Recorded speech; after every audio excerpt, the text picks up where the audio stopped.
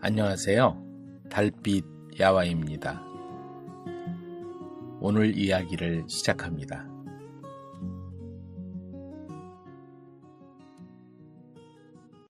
배생원 딸의 은밀한 과거. 가을 추수가 끝난 후 마을 한복판에서는 풍년을 기뻐하는 잔치가 벌어지고 있었다.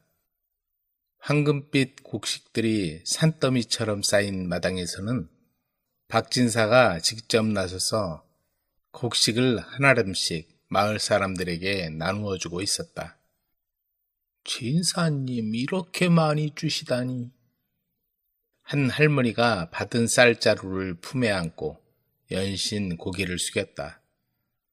박진사는 온화한 미소를 지으며 할머니의 손을 다정히 잡았다. 할머니, 뭘 그러십니까? 이웃이 굶주리는데 콧간에 곡식만 쌓아놓고 있으면 그게 무슨 소용입니까? 마을 사람들이 하나둘 모여들었다. 아이들은 박진사 주위를 맴돌며 웃음꽃을 피웠고 어른들은 감사의 인사를 건네기에 바빴다.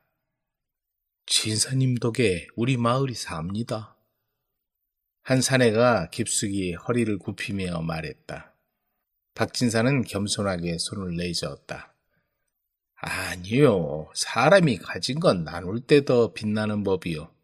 우리 모두 잘 살아야 진정한 풍요로움이 아니겠소. 박진사의 아들 박도령도 아버지 곁에서 곡식을 나누어 주고 있었다. 25의 나이에 아직 혼이 나지 않았지만 아버지를 닮아 인품이 단정하고 학문에도 뛰어났다. 마을 사람들은 그런 박도령을 보며 한마디씩 했다. 저런 훌륭한 총각이 아직 장가를 안 갔다니 우리 마을 처녀들이 모두 손꼽아 기다리고 있는데 말이야. 진사님이 너무 신중하셔서 그런 게 아니겠어? 아무나 며느리로 드릴 수는 없으니까. 박진사는 이런 이야기를 들으며 씁쓸한 웃음을 지었다. 사실 그에게는 고민이 하나 있었다. 아들의 혼사를 놓고 여기저기서 혼담이 들어오고 있었지만 문벌보다는 인품을 중시하는 그의 눈에 마음에 드는 상대를 찾기가 쉽지 않았던 것이다. 한편 얼마 전 다른 마을에서 이사온 배생원이 아내와 함께 속삭이고 있었다. 배생원은 박진사의 부유함을 보며 처음부터 욕심을 품고 있었다. 여보, 저 집 재산 한번 탐낼만 하지 않소? 눈밭만 해도 우리 10배는 될 텐데. 배생원의 눈에 탐욕이 번뜩였다. 그는 평소 박진사의 후한 인심을 시기해왔던 터였다. 내 딸을 며느리로 보내면 모두 우리 것이 될 거 아니겠소? 아내는 남편의 말에 깜짝 놀랐다. 하지만 우리 필순이가 이 마을 사람들은 아무도 모르지 않소. 지난 일은 철저히 숨기고 처녀인 척하면 되는 거요. 배생원의 딸 필순이는 이미 전에 살던 마을에서 혼인했다가 남편에게 버림받고 친정으로 돌아온 상태였다. 하지만 새로 이사온 이 마을에서는 아무도 그 사실을 알지 못했다. 그게 전에 살던 곳을 떠나온 이유이기도 했다. 하지만 그 댁에서 쉽게 수락하실까요? 배생원은 서둘러 중매쟁이를 보내 박진사의 의중을 떠보았다.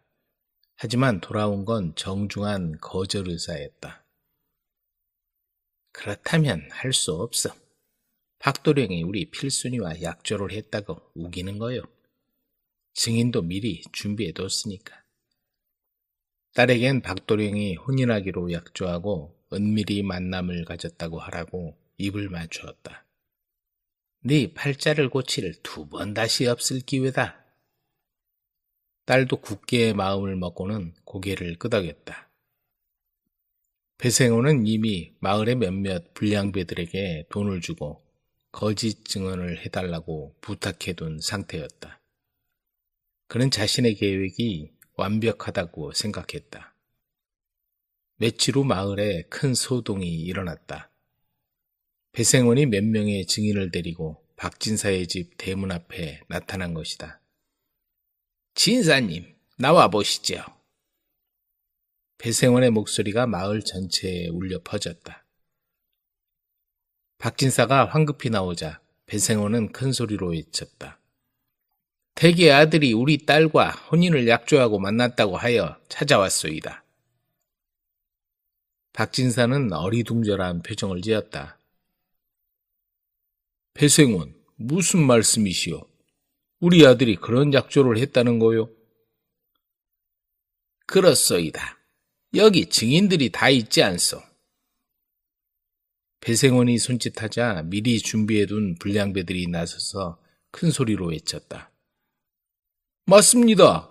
우리가 직접 들었습니다. 그러자 박진사가 아들을 불렀다. 혁수야, 이리 나와보거라. 아들이 밖으로 나오자 박진사가 물었다. 너 옆집 처자와 혼인약조를 하였느냐? 아들은 영문을 몰라 어리둥절했지만 강하게 고개를 저었다. 그러자 입을 맞춘 불량배들이 다시 말했다. 박도령이 분명히 혼인하겠다고 했어요. 우리가 근처에 있다가 만나는 걸 봤구먼요. 마을 사람들이 하나둘 모여들기 시작했다. 박진사는 당황했지만 곧 침착함을 되찾았다. 배생원, 이 일은 관아에서 제대로 판단을 받는 것이 좋겠소. 거짓말은 언젠가 드러나는 법이니까. 졌어. 관아로 갑시다. 누가 거짓말하는지 가려보자고요. 배생원은 오히려 더 큰 소리를 쳤다. 그는 자신의 계획이 완벽하다고 확신하고 있었다. 관아는 구경꾼들로 가득 찼다. 박진사와 아들 혁수, 배생원과 딸이 사또 앞에 섰다. 사또가 위엄있게 자리에 앉자 배생원이 먼저 나서서 자신의 주장을 펼쳤다. 사또, 박진사 집안에서 혼인 약조를 일방적으로 파기하려 합니다. 사또는 박진사를 바라보았다. 박진사, 그게 사실이요? 사또, 절대 그런 약조를 한 적이 없습니다. 이는 분명 누군가의 음모입니다. 그때 갑자기 한 무관이 앞으로 나와 사또 앞에 무릎을 꿇었다. 얼마 전 다른 지방에서 이곳 관아로 전출되어 온 인물이었다. 사또, 드릴 말씀이 있습니다. 사또가 어리둥절하여 물었다. 어찌하여 이 자리에 나서느냐? 무관은 침착하게 대답했다. 소인은 저 여자의 전남편 친구입니다. 순간 관아 안이 조용해졌다. 모든 시선이 남자에게 집중되었다. 배생원의 얼굴이 창백해졌다. 사또가 엄중하게 물었다. 알고 있는 사실을 빠짐없이 알아두도록 하라. 사또, 제 친구와 저 여인은 3년 전 혼인하였습니다. 하지만 여자가 집안일은 하지 않고 늘 놀러만 다니고 시어머니께 불효하며 심지어 남의 남자와 바람까지 피워서 칠거지약으로 인해 기처를 했다고 들었습니다. 거짓말입니다. 거짓말이에요. 필순이 울음을 터뜨리며 부정했지만 무관이 이어서 말했다. 사또, 친구에게 기별하여 알아보시면 사실이 드러날 것이옵니다. 사또가 그 말에 고개를 끄덕였다. 그렇겠군.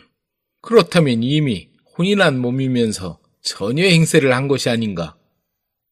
배생원은 완전히 당황하여 어쩔 줄을 몰랐다.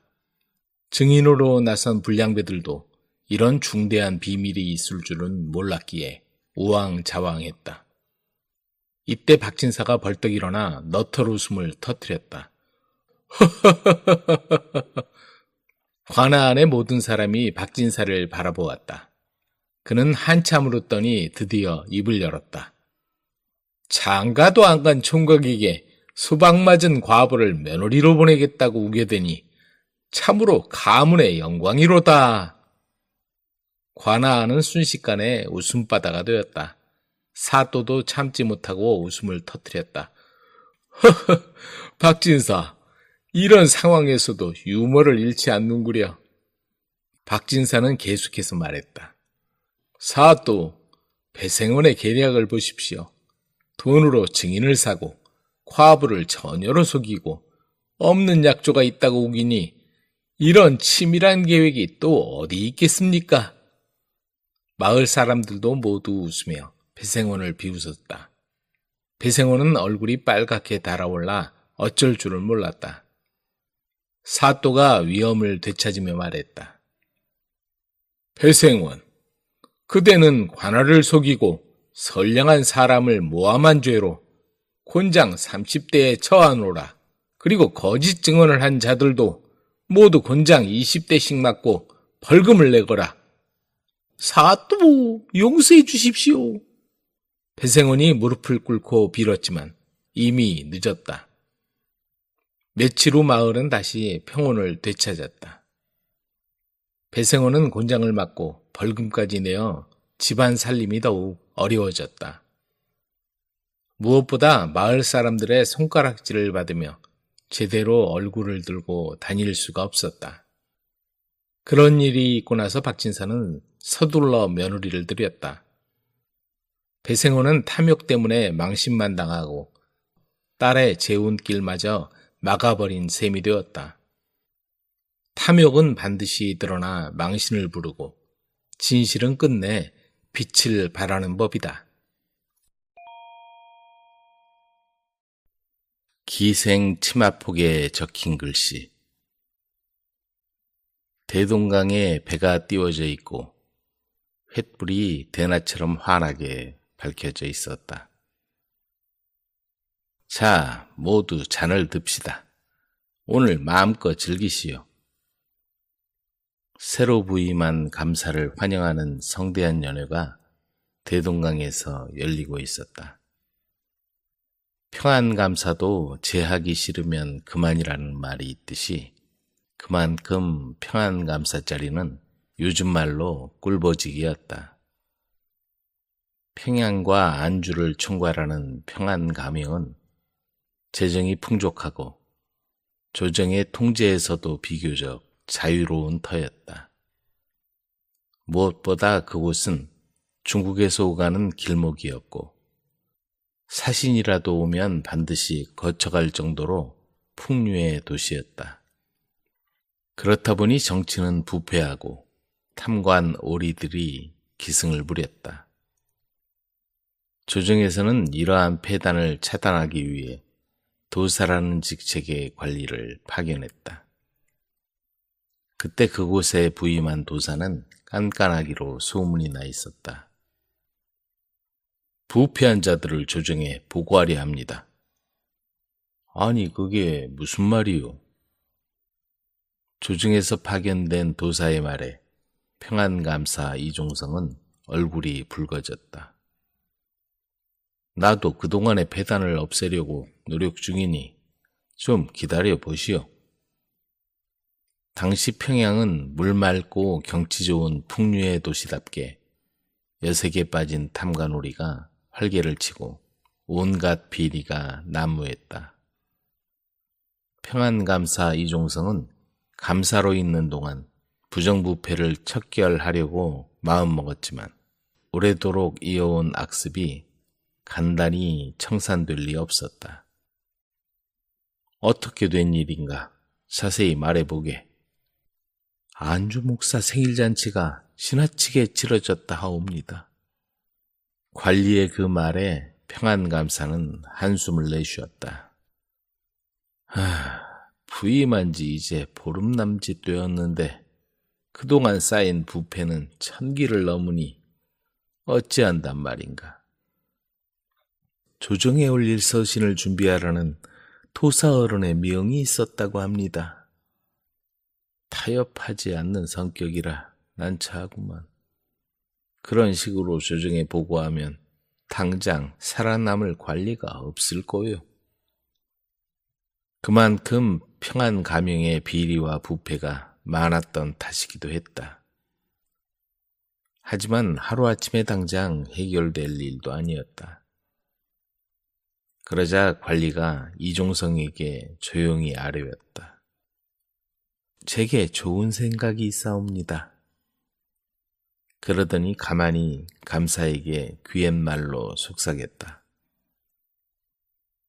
어느 날 저녁 도사가 퇴청하여 처소로 돌아가는 길이었다. 길모퉁이에 한 처자가 주저앉아 있는 게 보였다. 왜 그러시오? 어디 아프시오? 송구스럽지만 발목이 삐어서 일어날 수가 없습니다. 그러자 도사는 처자를 일으켜주더니 물었다. 사는 곳이 어디요? 혼자 갈 수 있겠소? 걸음을 옮길 수가 없사옵니다. 할 수 없구려. 내가 도와줄 테니 여기에 기대시오. 도사는 처자를 부축해서 사는 집에 데려다 주었다. 돌아서 나오려는데 처자가 불러세웠다. 신세를 지고 그대로 보내드릴 수가 없사오니 잠시만 계시지요. 그러더니 어느 틈에 주안상을 떡 벌어지게 차려오는 게 아닌가. 아니요, 가야 하오. 잠시 목만 축이고 가시죠. 불빛 아래서 다소곳이 앉아있는 처자의 아름다운 자태를 보자 도사는 그만 숨이 막힐 지경이었다. 평안감사의 부임과 동시에 조정에서 도사 임명을 받아 파견되어 여색을 멀리하고 눈길 한번 주지 않던 그는 아름다운 여인의 모습에 빠져 하룻밤 만리장성을 쌓고 말았다. 실수하고야 말았구나. 다음 날 이른 아침 눈을 뜬 도사는 옆에 누운 여인에게 말했다. 당신의 아름다움에 빠져 그만 결례를 저지르고 말았소. 어떻게 해야 좋겠소? 은혜를 입었으면 보답을 해야 마땅한 일이온데 어찌 그런 말씀을 하십니까? 다만 증표로 제 치마폭에 글이라도 몇 자 남겨주시면 영원히 기억하겠습니다. 도사는 잠시 망설였지만 그 자리를 모면하려면 다른 방법이 없었다. 그로부터 얼마 후 중국으로부터 사신 일행이 찾아오자 유명한 평양 기생들을 불러 모아 부병루에서 사신들을 위한 성대한 잔치를 벌이게 되었다. 부임하고 처음이니 도사도 함께 참석해 주시오. 그렇게 감사의 제안에 따라 잔치에 참석해 있던 도사의 얼굴이 기생들이 풍악에 맞춰 춤을 추자 갑자기 굳어졌다. 아니 저건 춤을 추는 기생 가운데 낯익은 기생의 치마에 자기가 쓴 글귀가 휘날리고 있지 않은가. 다음 날 평안감사가 도사를 보자고 했다. 여보시오 도사, 여색은 아무도 장담할 수 없는 거요. 조정에 하려던 보고는 잠시 미뤄주시오. 부정부패를 없애도록 내게 힘을 보태주시오. 도사는 아무 말도 하지 못한 채 평안감사 앞에 고개를 숙였다. 평안감사로 있던 1년 동안 이종성은 민간의 폐단을 없애려고 부단히 노력했으며 후에 영의정 자리까지 올랐다고 한다. 왕비가 된 가난한 선비의 딸. 경기도 이천에 가난하지만 학식이 풍부하고 인품이 좋은 김선비가 살고 있었다. 그에게는 16살 된 딸이 있었는데 미모가 뛰어나고 정숙하기 이를 데 없었다. 그 무렵 궁에서는 세자비를 택하기 위해 대신들이 전국 방방곡곡을 수소문해서 학문을 갖춘 곱고 총명한 처녀들을 뽑았다. 그런데 김선비의 딸이 물망에 올라 간택이 되었다. 가난한 선비 집안이라 딸은 초라하기 이를 데 없는 가마를 타고 아버지는 터덜터덜 그 뒤를 따라 걸어갔다. 대한이 소한 집에 놀러 왔다가 얼어 죽었다는 말이 있듯이 고추같이 추운 소한 무렵이라 찬바람이 살을 애웠다. 온종일 걷다 보니 가마꾼들도 기운이 빠져 몸이라도 녹이려고 주막집을 찾았다. 고개를 넘어서자 해는 뉘엿뉘엿 서산으로 넘어가고 땅거미가 내리고 있었다. 가마가 주막집에 이르자 김선비는 가마 문을 열며 딸에게 말했다. 소연아, 빨리 내려라. 몸도 녹이고 여기서 하룻밤 지내고 가자꾸나. 그런데 선비가 갑자기 소리를 질렀다. 아니, 이게 무슨 일이냐? 정신 차려라. 선비는 딸을 붙잡고 흔들더니 대성통곡을 했다. 그때 마침 김선비 일행보다 먼저 주막집에 와서 저녁을 먹던 그 마을 사또가 웬 선비가 대성통곡을 하자 무슨 일인지 궁금해서 나조를 시켜 알아보게 했다. 어전의 명을 받고 간선에 뽑혀가던 규수가 추위에 얼어붙어 그 부친이 우는 줄 아옵니다. 무엇이? 이런 변고가 있나? 얼마 안 되었다면 다시 살릴 수도 있을 테니 속히 데려와 따뜻한 방에 눕히고 조처를 하도록 하라. 사또의 분부가 내리자 주모와 나졸들은 물론 객들까지 모두 부산을 떨었다. 뜨거울 정도로 방에 불을 떼고 물을 끓여 얼어붙은 손발을 녹였다. 그리고 약재를 다려서 입에 넣어주기를 얼마나 했을까. 한밤중이 되자 딸은 몸에 온기가 돌더니 숨을 쉬며 서서히 회복하게 되었다. 다음 날 선비와 딸은 사또 앞에 꿇어앉아 큰절을 올렸다. 목숨을 구해주신 사또님의 은혜를 어찌 갚아야 할지요. 사또는 족제비 털로 만든 목도리를 꺼내주더니 말했다. 다시 살아났으니 천만 다행일세. 먼 길을 가는데 이거라도 두르고서 추위를 견디도록 하시오. 김선비와 딸은 너무나 감격해서 눈물을 흘렸다. 사또님의 은혜 잊지 않겠습니다. 은혜에 보답할 것을 맹세한 부녀는 사또와 작별을 하고 길을 나섰다. 그리고 다시 길을 떠나며 목도리를 딸은 아버지 보고 두르라고 하고 아버지는 딸더러 하라며 실랑이를 했다. 그 모습을 본 주모가 방으로 들어가더니 목화솜을 넣은 두툼한 장옷을 들고 나왔다. 그리고는 가마 안에 장옷을 밀어 넣으며 말했다. 아버지는 목도리를 두르고 낭자는 이걸 뒤집어 쓰고 가시오. 부녀는 서로 사양하다가 주모가 장옷을 건네는 바람에 아버지는 목도리를 두르고 딸은 장옷을 뒤집어 쓰고 무사히 한양으로 올라왔다. 한편 딸은 궁궐에 들어가 선을 보게 되었다.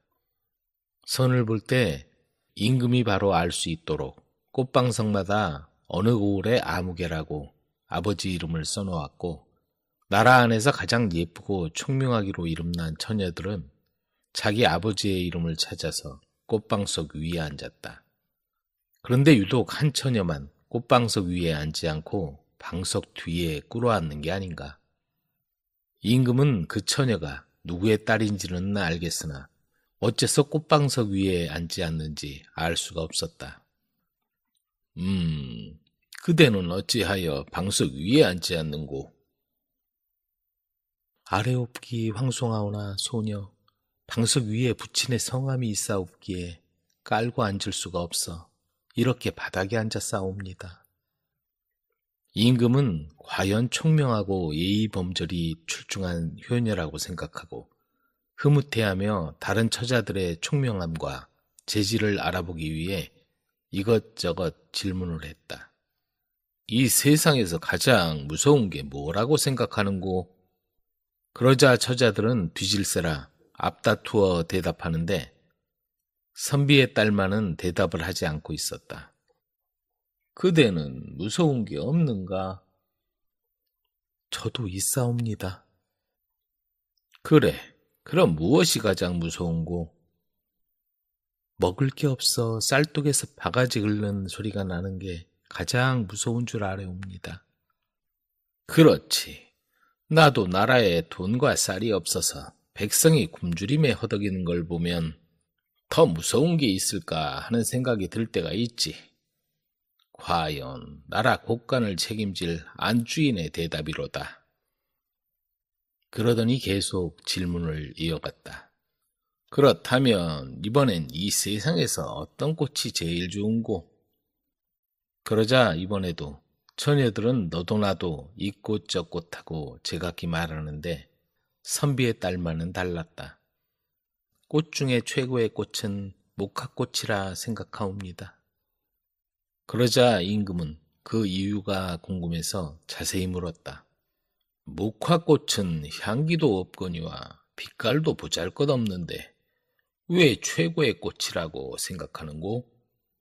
목화꽃으로 말하자면 꽃이 피었다 지고 열매를 맺으면 목화솜을 얻을 수 있습니다. 그래서 솜을 타서 모두의 추위를 막을 수 있사오니 이보다 좋은 꽃이 어디 있겠사옵니까? 맞도다. 그런 생각을 하다니 기특하구나.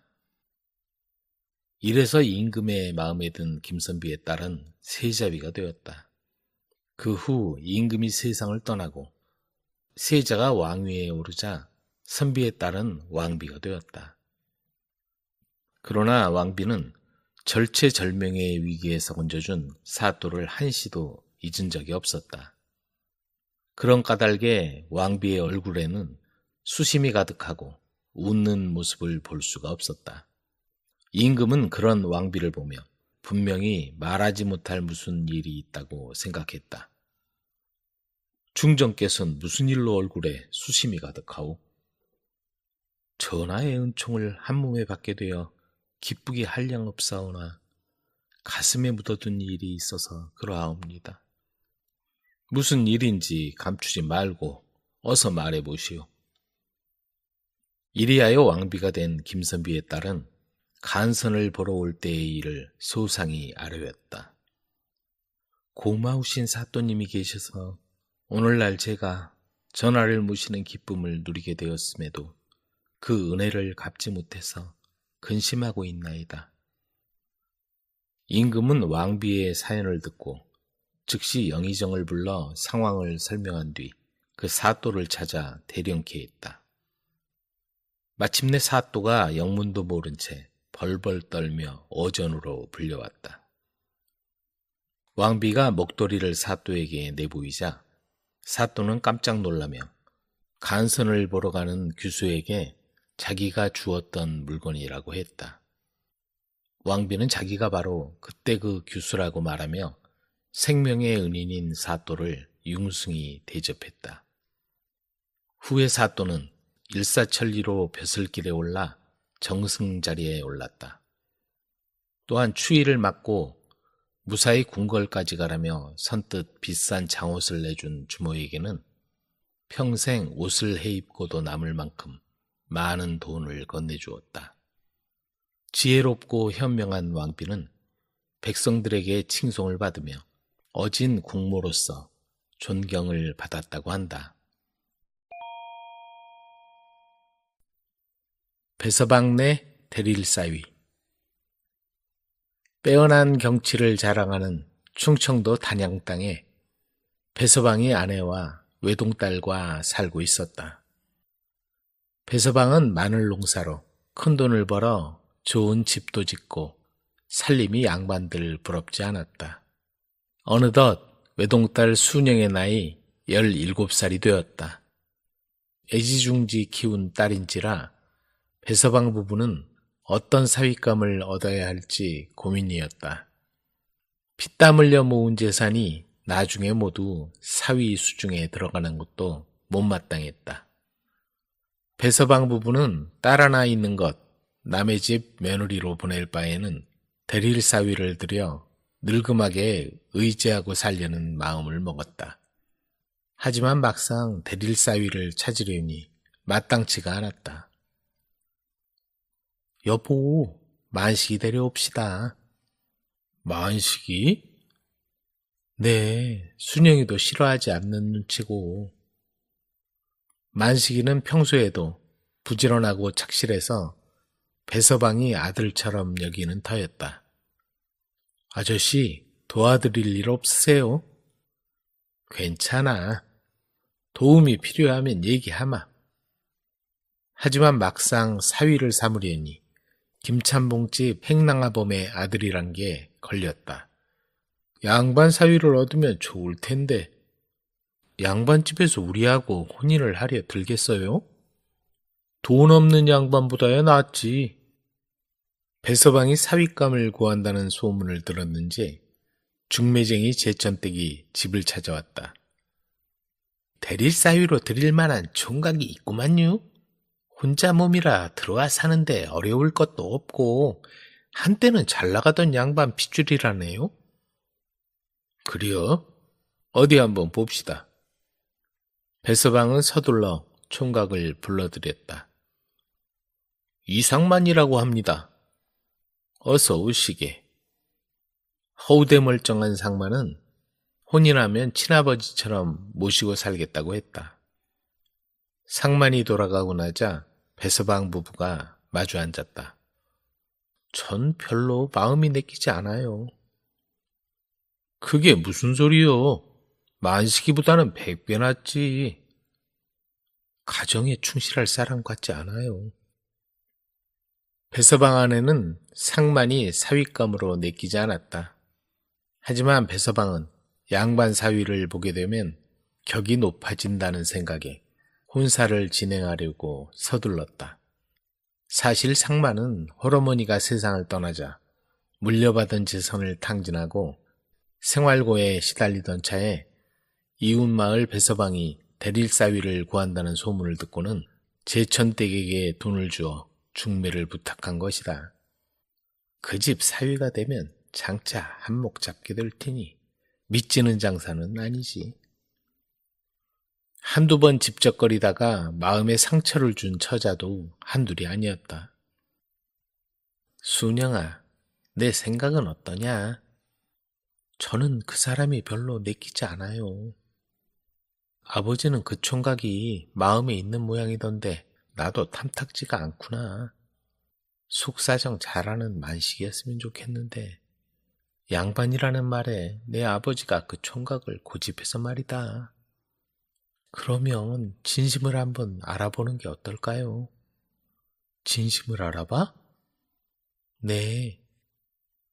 순영과 어머니는 배서방에게 건너가 두 사람의 의견을 말했다. 대릴사위를 드리는데 그렇게까지 해야 하나? 순영이 생각인데 한번 알아봅시다. 다음 날 말 많은 언녀내미 입을 통해 동네에 이상한 소문이 퍼졌다. 사기를 당해서 배서방네 재산이 다 넘어가게 됐다네. 그 바람에 배서방이 쓰러져 들어 누웠다는구먼. 그게 무슨 일이요? 어쩌다가? 큰 돈을 벌게 해주겠다는 사기꾼의 말을 믿고 전 재산을 내놓은 모양인데 돈을 들고 야반도주를 해버렸대. 빚쟁이들은 배서방에게 손을 벌리고 있고 하루아침에 알거지가 되어버렸네. 배서방 댁하고 순영이 불쌍해서 어떻게 하냐? 사람 팔자 알 수 없는 거요. 그 소문이 만식이와 상만의 귀에도 들어갔다. 아저씨, 저 왔습니다. 만식이는 그 얘기를 듣자마자 불이 나게 배서방 집을 찾아왔다. 힘내세요. 그깟 돈이야 있다가도 없는 것. 건강만 하면 얼마든지 다시 벌지 않겠어요? 그리고는 드러누운 배서방의 손을 꼭 잡아주는 것이었다. 아주머니, 힘내세요. 순영이 너도. 만식의 진심 어린 위로의 말에 배서방은 코끝이 찡해졌다. 저 녀석이 이렇게도 우리를 생각하는구나. 그런데 하루가 지나도 친아버지처럼 모시고 살겠다던 상만이 총각은 코빼기도 비치지 않았다. 사흘째 되는 날 드디어 상만이 거만한 태도로 집에 찾아왔다. 그리고 배서방이 몸져 누워있는 걸 삐쭉 들여다보더니 그 길로 돌아가 버렸다. 얼마 후 배서방집에 잔치가 벌어졌다. 초래상을 사이에 두고 만식과 순영이 백년가약을 맺는 날이었다. 배서방이 망했다는 건 거짓이었다네. 사위감을 고르려고 그런 연극을 했단 말이오. 재산에만 욕심이 있던 속내를 알아서 다행이지. 만식이가 진국이란 걸 이제 알았던 거지. 진실과 거짓은 겉모양만으로는 구분하기 어렵다. 하지만 진실은 어려운 상황에서 그 모습을 드러내는 법이다. 산삼에 꽃이 피던 날.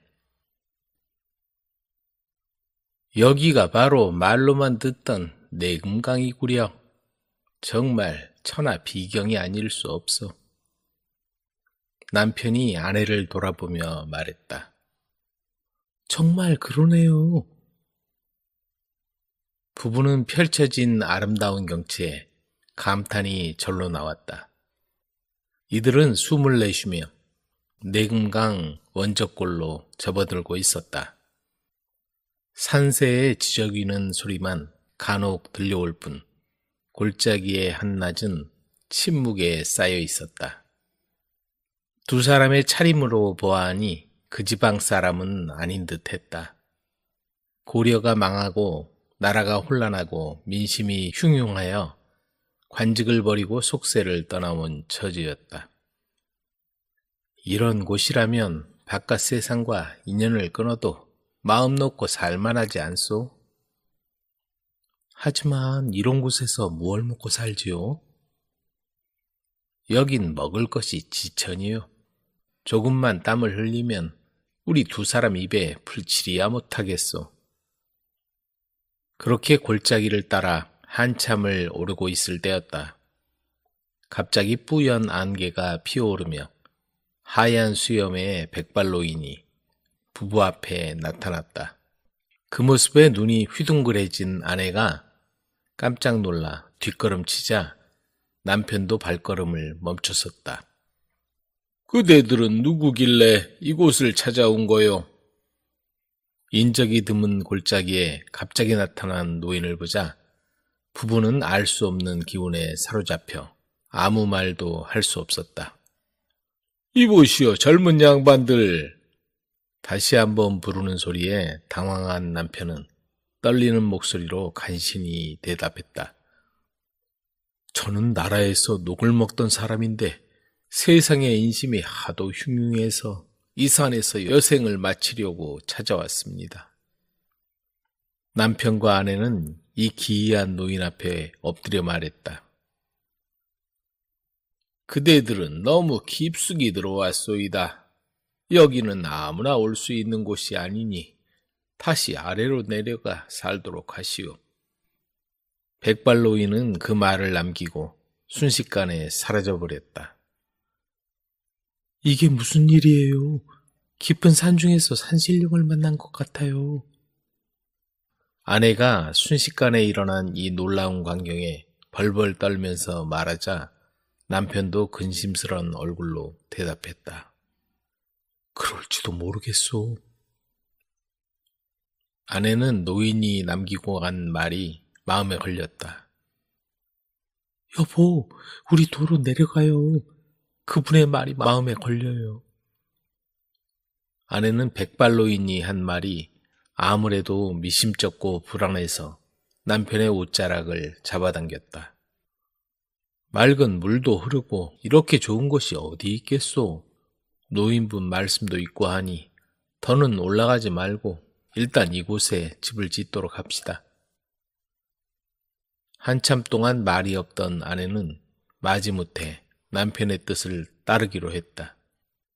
부부는 그렇게 내금강 원적골에 오두막을 지었다. 두 사람은 개성에 살 때부터 남들이 부러워할 만큼 금실 좋은 부부였다.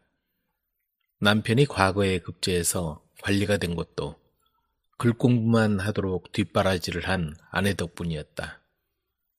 하지만 부부에게 한 가지 걱정이 있었으니 몇 년이 지나도록 아직 아이가 없었다. 부부는 매일같이 아이를 갖게 해달라고 빌었으나 소용이 없었다. 그러던 어느 날 남편이 얼굴이 하얘져서 집으로 돌아왔다. 큰일 났소. 반란이 나서 개경이 함락되었소. 네? 이제 어떻게 해요? 이곳에 있다가는 목숨을 부지하지 못하겠소. 우리 아무도 모르는 곳에 가서 삽시다. 나라가 혼란하고 민심마저 흉흉해 부부는 개성을 떠나 그렇게 강원도 깊은 산속을 찾아든 것이다. 내금강엔 인적이 닿지 않아 먹을 것이 지천이었다. 부부는 오두막 근처에 작은 밭을 가꾸었고 그 밖에 각종 산나물과 열매는 자연이 아낌없이 내주었다. 그들은 온갖 새들과 자연을 누리면서 세상과는 인연이 먼 산속에서 그렇게 행복하게 살고 있었다. 한동안 부부는 백발노인의 존재를 까맣게 잊어버렸다. 그렇게 살아가던 어느 날 계곡을 따라 뒤따라오던 아내가 숨을 헐떡거리며 뛰어오더니 남편을 불렀다. 여보, 여보, 여기 처음 보는 이상한 열매가 있어요. 남편이 가보니 파란 이파리 가운데 줄기 끝에 열매가 달려 있었다. 아니, 이건? 열매를 유심히 살펴보던 남편은 얼굴빛이 달라지는 것이었다. 이건 말로만 듣던 귀한 산삼인 것 같소. 네? 산삼이라고요? 아내와 남편은 기뻐하며 어쩔 줄을 몰라 했다. 그렇소. 이건 하늘이 내려준 복이요. 자, 어서 캡시다. 그런데 아내는 호미를 들고 산삼을 캐려는 남편의 손을 갑자기 잡아당겼다. 아무래도 캐지 않는 게 좋겠어요. 그러면서 아내는 남편의 앞을 막았었다. 그게 무슨 소리요? 캐지 말라니. 이 귀한 산삼이 우리 눈에 띄다니 불길한 징조인 것 같아요. 처음 왔을 때 노인분이 하던 말도 걸리고요. 어허, 괜찮아. 그런 걱정하지 말고 저리 비켜봐. 남편은 아내의 만류에도 아랑곳 없이 호미질을 계속했다. 그런데 이게 무슨 일인가? 갑자기 그들 주변에 뿌연 안개가 피어오르기 시작했다. 그때 두려움에 떨고 있던 아내가 소스라치게 놀라며 소리쳤다. 이거 봐요. 산삼 뿌리에서 피가 흘러요. 이게 무슨 일이지? 그 모습을 보고 남편도 소리를 질렀다. 부부는 너무도 무섭고 놀라서 벌벌 떨고만 있었다. 그때였다. 그동안 한 번도 모습을 보이지 않던 백발노인이 그들 앞에 나타났다. 이봐라. 내 말을 어기고 이곳에서 내 귀한 산삼을 훔치려 드느냐? 네? 훔치다니요? 천년을 정성껏 길러온 산삼을 캐다니 이 고야한 것들 같으니라고. 노기등등한 그의 기세에 부부는 시선을 내리깔고 바닥만 쳐다보았다. 잔뜩 화가 난 노인의 눈가에는 노기가 팽팽히 서려 있었다. 그들은 노인 앞에 엎드려 사죄하며 자기들의 죄를 용서해달라고 울면서 빌었다. 눈에 보이길래 미련한 것들이 캐려고 했습니다. 어르신께서 기르시는 산삼인 줄 몰라 배웠습니다. 이곳에 오두막을 짓고 살아도 눈 감아 주었거늘 이제 산삼까지 손을 대? 노여움을 푸시고 이것들을 불쌍히 여겨주십시오. 노인은 눈을 감고 한참을 생각하다가 두 사람에게 말했다. 피 흘리는 산삼은 구제할 방도가 없다 했는데 그대들은 어찌할 텐가? 미련한 것들이 세상 이치를 어찌 알겠습니까? 어떠한 처벌이라도 달게 받겠습니다. 벌벌 떨며 조아리고 앉아있는 그들이 안 되어 보였는지 노인은 아까와는 사뭇 다른 목소리로 부드럽게 말했다. 오늘부터 20년 동안 저 아래 계곡에서 물을 길어 산삼에 난 상처에 부어주도록 하라. 네? 20년 동안이나요? 부부가 노인의 말에 다시 반문하자 노인이 재차 물었다. 못하겠다는 말인고? 아닙니다. 20년이란 세월은 너무 긴 세월이라 좀 놀랐을 뿐입니다. 1000년이나 살아온 산삼을 낫게 하는 데는 20년도 짧은 것이다. 20년 동안 정성을 다하면 산삼에 하얀 꽃이 피어날 것이다. 그때가 되면 너희의 간절한 소원도 이루어지는 날이 올 것이다. 네, 명심하거라.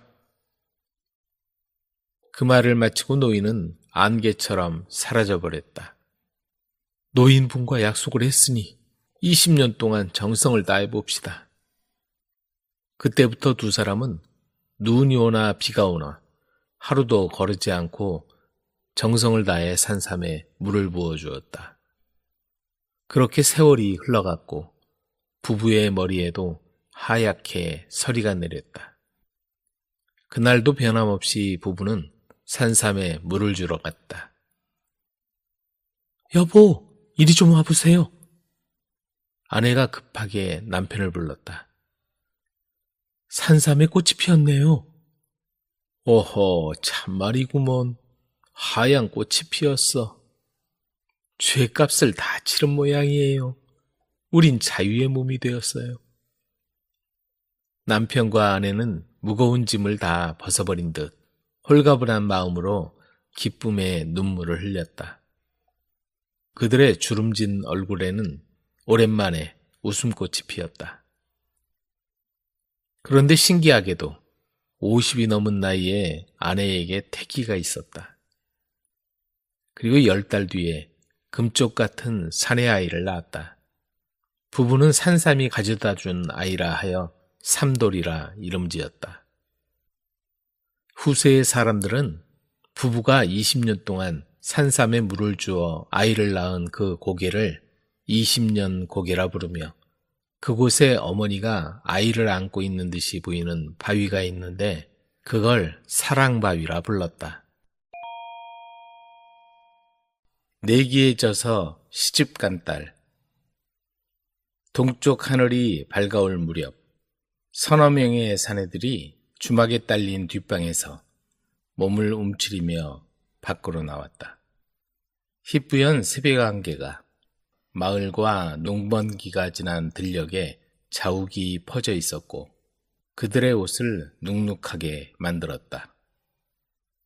저녁에 다시 보자고. 여기서 끝낼 순 없어. 돈을 잃었는지 한 사내가 못마땅한 투로 부르퉁해서 입을 열었다. 마누라 때문에 올 수 있을지 모르겠어. 요즘 얼마나 사나운지 눈치가 보여서. 그럼 내 돈 내놓고 가든가. 알았어. 저녁에 봄새. 그렇게 실랑이를 하고 뿔뿔이 흩어지는 사내들은 밤새 노름에 빠져 시간 가는 줄 몰랐다. 밤새도록 노름에 빠져 있던 사람들이 자리를 털고 일어났지만 돈을 잃은 사람은 본전을 찾으려고 다시 약속을 잡았다. 그들 중에 박첨지가 있었다. 천석군 부자인 그는 젊은 날에 그렇게 노름에 빠져 있었어도 워낙 약삭발라 돈을 잃은 적이 거의 없었다. 다만 허구한 날 마누라를 독수공방으로 지내게 해서인지 자식복이 없어 늦둥이 외동딸 하나만을 두고 있었다. 나이가 들어가며 노름판에 드나드는 건 줄었지만 그는 본시 내기를 좋아했다. 사는 게 다 내기인 거여. 그냥 되는 게 어디 있단가. 박첨지는 무슨 일이 있든지 그냥 넘어가는 적이 없었다. 그럴 때마다 마누라한테 한 소리 듣지만 그게 무슨 대수겠는가. 자기 입속에 밝은 그는 소작인들한테도 내기를 빌미로 욕심 챙기기에 급급했다. 자네 이번에 10가마 소출을 하면 나한테 4가마만 주고 10가마를 못 내면 6가마를 주면 어떻겠나? 땅을 소작하는 베스방한테도 내기를 걸었다. 그런데 올해 가물어서 10가마 수출하기가, 내기를 안 할 거면 그냥 6가마를 내던가. 울며 겨자 먹기로 내기에 응했지만 결과는 뻔한 것이었다. 이렇듯이 일상이 내기가 되어버린 박첨지 때문에 주변 사람들은 매사에 신경을 곤두세우고 지내야 했다. 박첨지가 절대 손해보는 내기는 하지 않았으니 말이다. 어느덧 박첨지의 딸이 시집갈 나이가 되었다. 천석군 박첨지가 외동딸의 신랑감을 구한다는 말이 나돌자 신랑감들이 줄을 이었다. 몇 날 며칠 사랑방에 틀어박혀 있던 박첨지가 고개를 끄덕이며 흐뭇한 미소를 지었다. 그리야, 내 사위가 되려면 적어도 나보다 머리가 좋아야 하지 않겠어? 그리고는 지필묵을 꺼내서 뭐라고 휘갈기더니 하인을 불렀다. 돌쇠야, 이거 대문에다 붙여놓아라. 박첨지의 명에 따라 돌쇠는 대문 앞에 그 글귀를 붙여놓았다. 내가 내는 문제를 마치는 종각을 내 사위로 삼을 것이다. 그걸 읽어본 박첨지 마누라가 버선발로 사랑방으로 뛰어들어왔다. 영감, 지금 제정신이요? 사위를 얻는데도 내기를 하겠다고? 이 여편네야, 머리가 좋아야 우리 소연이 굶기지 않을 거 아냐. 내 말대로 해. 사윗감이 되겠다고 사방에서 총각들이 찾아왔다. 무슨 문제를 맞추라는 거지? 그 중에 양반집 자제는 마치 자기가 사위라도 될 것처럼 자신만만했다. 하지만 막상 박첨지를 만나고 난 뒤엔 고개를 갸우뚱하더니 꽁무니를 빼고 돌아가 버리는 것이었다. 사위를 뽑는데도 문제를 맞히라니, 도대체 무슨 문제를 내길래 저러지? 절에서 제대로 된 집안에 시집이나 보낼런지 원참. 동네 사람들이 수군댔다. 그러던 어느 날 허우대는 멀쩡하지만 남노한 차림의 총각이 찾아왔다. 넌 어느 집 자제냐? 어르신 논을 소작하는 배서방의 큰아들 억만입니다. 뭐라고? 배서방 아들이라고? 우리 집안을 어떻게 보고 내가 내 사위가 되겠다고 이리 찾아왔느냐? 박첨지는 어이가 없어 한동안 억만이를 노려봤다. 어르신이 내는 문제만 맞히면 저도 상관없지 않습니까? 어르신도 아시다시피 지금은 이렇게 살지만 저도 양반 가문의 자식입니다. 박첨지는 소작인 배서방 집안에 대해 익히 알고 있었다. 배서방도 소작이나 해먹고 살 사람이 아니었다. 아들 하나는 잘났구먼. 호쾌한 기백이 넘치는 억만이를 처음 본 박첨지는 침을 꿀꺽 삼켰다. 사실 지금까지 본 청년 중에서 가장 마음에 들었다. 좋다, 허락하마. 너도 뼈대 있는 양반 자손인데 네 조부가 재산을 다 말아먹어서 그렇지. 박첨지는 심호흡을 하고는 백지에다가 한일자를 긋더니 억만에게 내밀었다. 한눈 팔지 않고 내 딸한테 일편단심하겠는가? 하는 의미로 쓴 것이었다. 그러자 억만은 망설이지도 않고 두 이자를 써서 내미는 것이었다. 뭐야? 유사무의, 절대 두 마음을 품지 않겠다는 말인가? 이번에는 박첨지가 석삼자를 써놓았다. 그러자 억만이 그 밑에 넉사자를 쓰는 것이 아닌가. 삼경뿐만 아니라 사소도 다 안다는 얘기군. 그러자 박첨지는 다섯 오자를 써놓았다. 그럼 오경까지도 아는가? 하는 말이었다. 그러자 억만이 씩 웃으며 열 손가락을 펴서 앞으로 내미는 것이었다. 모든 걸 다 통달했다는 말이군. 정말 똑똑한 친구구먼. 박첨지는 흐뭇한 미소를 지으며 억만의 손을 잡았다. 내가 졌다. 내 딸과 혼인을 허락하마. 드디어 억만과 박첨지 딸 소연이 혼례를 올렸다. 소연은 억만을 보고 고개를 숙인 채 배시시 웃었다. 마음에 쏙 드는 신랑감이었으니까 말이다. 첫날 밤 잠자리에서 소연이 억만에게 물었다. 어떻게 아버지의 문제를 맞히셨어요? 그러자 억만이 대수롭지 않다는 듯이 대답했다. 간단한 문제였어. 일자를 쓰길래 이자를 썼고, 삼자를 쓰길래 사자를 쓴 거요.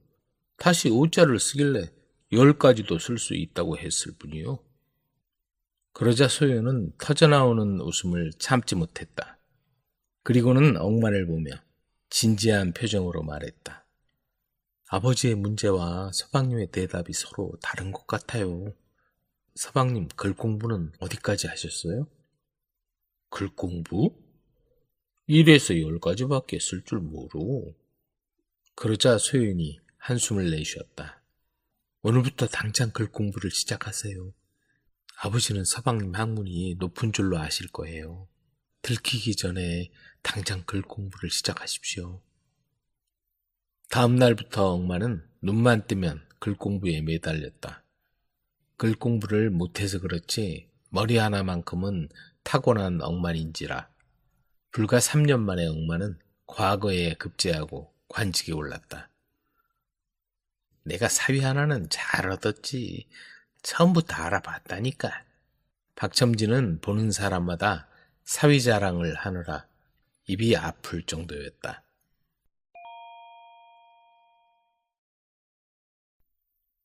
주머니 속에 들어있는 운명. 박첨지는 나이 20살에 장가를 들었지만 30이 되어서야 비로소 아들을 얻었다. 늦게 얻은 아들은 그야말로 귀한 보배였다. 아이는 눈빛이 총명하고 용모 또한 준수하여 박첨지는 이 아이가 크면 반드시 큰 사람이 될 것이다 하는 기대로 이름을 대성이라 지었다. 대성이 7살이 되자 그 총명함이 동네에 소문이 날 정도였다.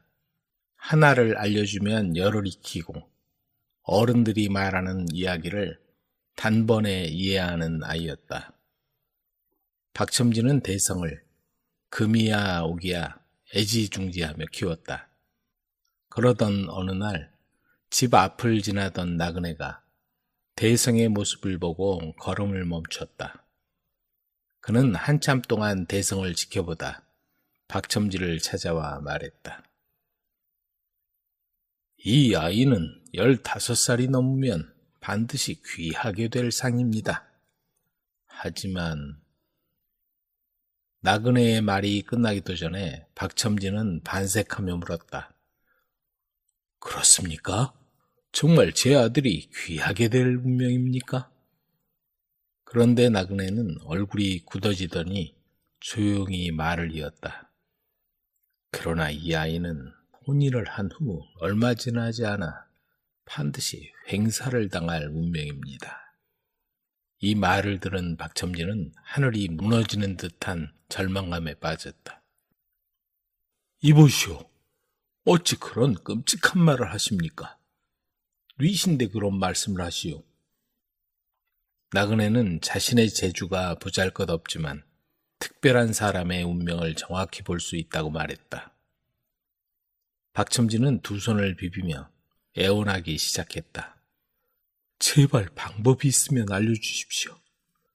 이 아이는 제가 늦게 얻은 귀한 아들입니다. 어떻게든 이 아이를 살릴 방법을 알려주십시오. 나그네는 한참을 고민하다가 입을 열었다.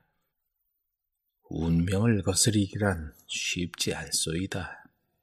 그러나 그대의 정성이 크니 아이를 구할 수 있는 방법을 알려드리겠소.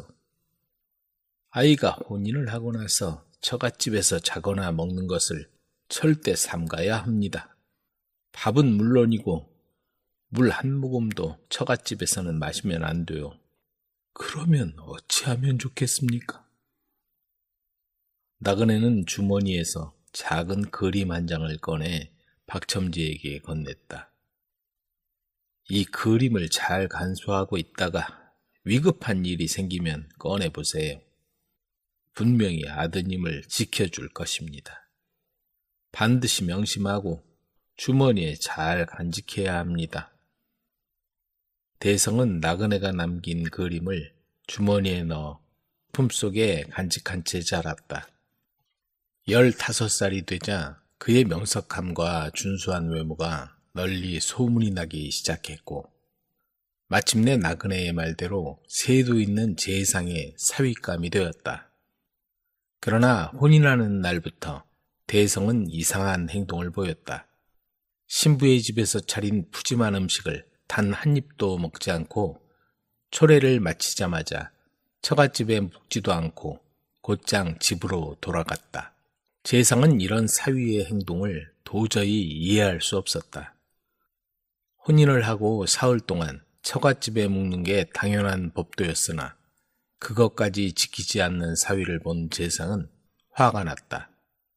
사위가 우리 집안을 무시하는 것인가? 혼례를 치르고 사흘은 처갓집에서 자는 것이 예의가 아니던가. 그러나 딸을 책임진 사위이며 가문의 명예도 있는 만큼 꾹 참아 넘겼다. 이후로도 대성은 처갓집에 갈 때마다 물 한 모금조차 입에 대지 않고 머무는 시간도 짧았다. 재상과 친척들은 점차 대성을 의심하기 시작했다. 무언가 숨기고 있는 게 틀림없어. 그렇지 않고서야 처갓집에서 물 한 모금 마시지 않을 수 있겠소? 그렇게 처갓집에선 대성을 보는 눈에 쌍심지가 켜져 있었다. 이런 의심 속에서 혼인 후 10여일이 지난 어느 날 아침, 처갓집에 충격적인 일이 일어났다. 아침이 되도록 신부가 일어나는 기척이 없자 방문을 열어본 여종은 그만 기절초풍을 하고 말았다. 신부가 금침 위에서 흉기에 찔린 채 싸늘한 시신이 되어 있는 것이었다.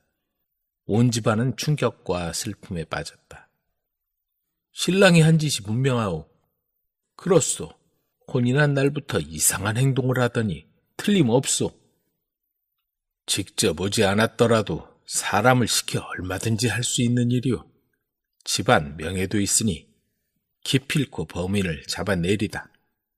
재상과 가족들은 분노하며 형조에 사건을 알렸다. 대성은 즉시 잡혀와 신문을 받게 되었다.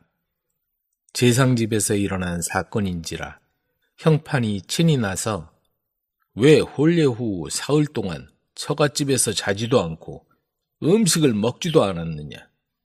네가 범인이 아니고서야 그런 행동을 할 리가 있겠느냐? 이실직고 하렸다. 하고 날카로운 눈빛으로 신문하자 대성은 침착하게 대답했다. 처가에서 숙식을 하지 않은 건 무슨 연유인지 모르오나 부모님께서 당부하신 말씀이 있어 따랐을 뿐입니다. 신부의 참사는 뜻밖의 일이오며 범한 바 없으니 무엇을 이실직고 하리까? 대성은 사실대로 말하였으나 형파는 대성의 말을 믿지 않았다. 심증이 가는 데가 있어 신문하는 것인데 그렇게 나온다면 엄벌로 다스릴 수밖에 없노라. 형파는 이내 형틀을 차리라 이르고 대성을 포박하려 했다. 그러자 대성은 몸을 떨며 대성통곡하기 시작했다. 그렇게 한탄하다가 대성은 문득 나그네가 준 그림이 생각이 났다. 잠시만 기다려 주십시오. 위급한 때를 대비하라며 준 것이 있습니다. 이것을 보고 판단해 주십시오. 그는 품속에서 그림을 꺼내 내밀었다. 형파는 봉투를 열어 그림을 살펴보았다. 그림에는 오동나무 잎 하나가 그려져 있을 뿐이었다. 형파는 한참을 생각하더니 말했다. 지금 당장 신부의 집으로 가서 식솔들과 문객들 가운데 오이렵이란 자가 있는지 확인하라. 형리들이 제상의 집에 달려가 확인해보니 하인 중에 오이렵이라는 이름을 가진 자가 있었다. 그 자가 형판 앞에 끌려왔다. 네 죄는 내가 알 것이니 감히 숨길 생각은 하지 마라. 모든 걸 알고 있으니 이실직고 하면 견디기 어려운 악형은 면할 수 있을 것이다. 형판의 추상 같은 신문에 오이렵은 고개를 떨구고 낱낱이 죄를 고하기 시작했다. 죽을 죄를 지었습니다. 소인은 그동안 아씨와 몰래 청을 통하던 사이였으나 홀예후 더는 가까이 할 수 없게 되자 화가 나 그만 끔찍한 일을 저질렀습니다. 드릴 말씀이 없습니다. 오이렵은 모든 것을 자백했고 대성은 풀려났다. 모두 어떻게 범인의 이름을 알아냈는지 궁금해하자 형판은 그림에 대해 설명했다. 오독나무가 그려진 것은 오시성을 가졌음이요. 오독잎 하나는 곧 오이렵을 뜻하니 이는 범인의 이름을 암시한 것이 아니냐. 주머니 속에 간직해온 그림 덕분에 위기를 넘긴 대성은 위기 뒤에 기회가 찾아오듯이 과거에 급제하고 관직에 나가 큰 일을 하게 되었다.